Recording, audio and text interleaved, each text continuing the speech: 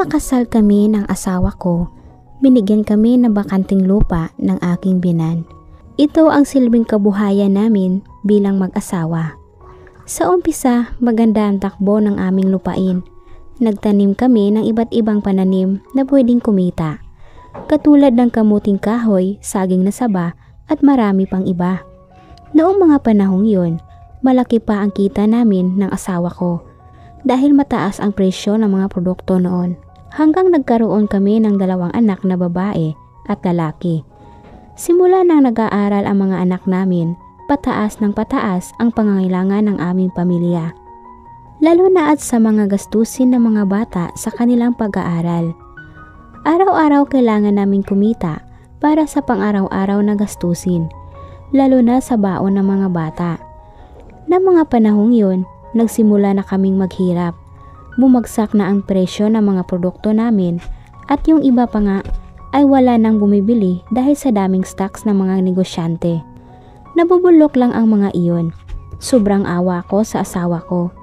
Pinagsikapan niya iyon at maraming pawis ang nawala sa kanya para mairaos lang ang pangangailangan namin. Sinabayan pa sa pagtaas ng presyo ng mga bilihin. Kahit sa simpleng kailangan namin sa kusina, nahirapan na kaming bilhin ang mga iyon. Nang isang gabi, nakipag-usap sa akin ang asawa ko. Sinabi niya sa akin na mahirap nang maghanap ng pera sa amin.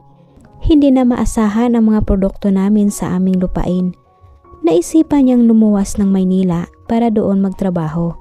Tamang-tama dahil tumawag ang pinsan niyang nagtrabaho sa Maynila. Kailangan nila ng tao na makapagtrabaho doon sa Maynila. O ano, payag ka ba na doon ako magtrabaho? Tanong ng asawa ko sa akin. Hindi agad ako nakasagot sa kanya dahil ayaw kong magkalayo kami. Pero inisip ko rin ang sitwasyon namin, lalo na sa mga bata. Hindi ko pinigilan ang asawa ko para lang naman sa pamilya namin ang gagawin niya. Lumuwas agad siya ng Maynila dahil libre ang tiket niya sa aeroplano. Binilhan siya ng pinsan niya. Lumipas ang maraming buwan, maganda ang takbo ng trabaho ng asawa ko sa Maynila.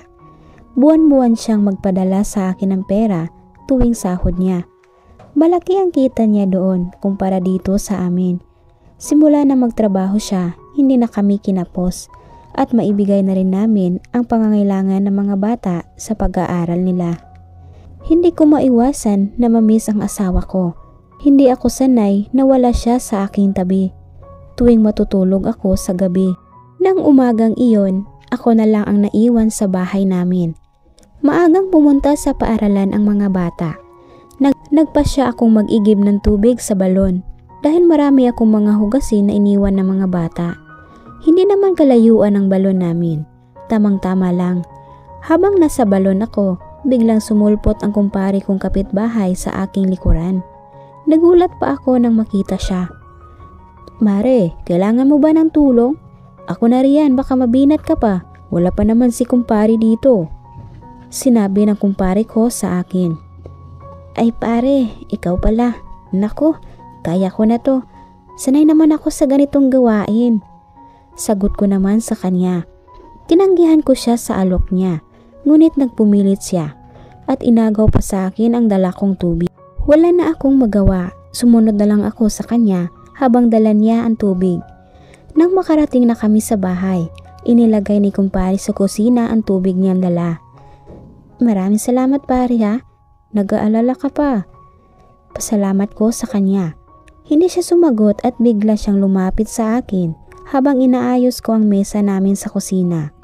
Hinawakan niya ang braso ko at dahan-dahang bumaba ang kamay niya sa aking baywang. Anong ginagawa mo pare? Gulat na tanong ko sa kanya at agad na umiwas. Ngunit parang nagustuhan ko ang ginawa niya sa aking katawan. Pero natakot akong magkamali sa samahan namin ng asawa ko. Bigla na namang lumapit si kumpare sa akin at sinugod niya ako ng halik sa mga labi. Pinilit kong makalayo sa kanya, ngunit mahigpit ang paghawak niya sa aking baywang. Gusto kong sumigaw, pero wala kami ibang kapitbahay kundi si kumpare lang. Hindi na lang ako kumibo at hinayaan ko na lang si kumpare sa ginawa niya sa akin. Alam kong mismo na ang bagay na ito dahil matagal lang wala si kumpare dito. Bulong niya sa akin. Hindi naman ako makasagot. Totoo ang sinabi niya. Ito ang bagay na sobrang miss ko na sa asawa ko. Sinugod niya ulit ako ng halik sa bibig. Hindi ko na napigilan ng sarili ko. Gumanti ako sa kanya. Niromansa niya ang buo kong katawan. Sobrang nagustuhan ko naman iyon. Maya-maya pa ay dinala niya ako sa aming kwarto para doon ipagpatuloy ang gusto niyang mangyari. Alam kong miss na rin niya ang bagay na iyon dahil isa na siyang byudo ngayon. Ang tanging kasama niya ay ang nag-iisang anak niya na lalaki, kasing edad lang ng panganay kong anak. Nang makarating kami sa kwarto namin, agad niya akong binagsak sa kama at doon kinuha na niya ang mga suot ko. Sinunod naman niyang kinuha ang damit niya. Nagulat ako sa nakita ko. Malaki pala ang alaga niya. Malayong malayo sa aking asawa.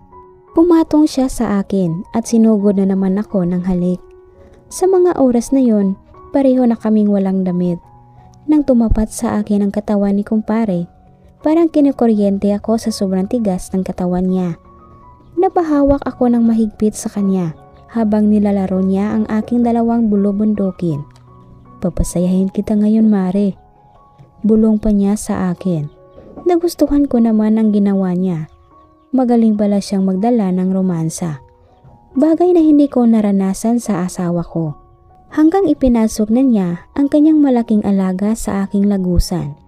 Napahiyaw ako sa laki niyon at may lumabas na mahinang ungo sa aking bibig. Mas binilisan pa niya nang marinig iyon.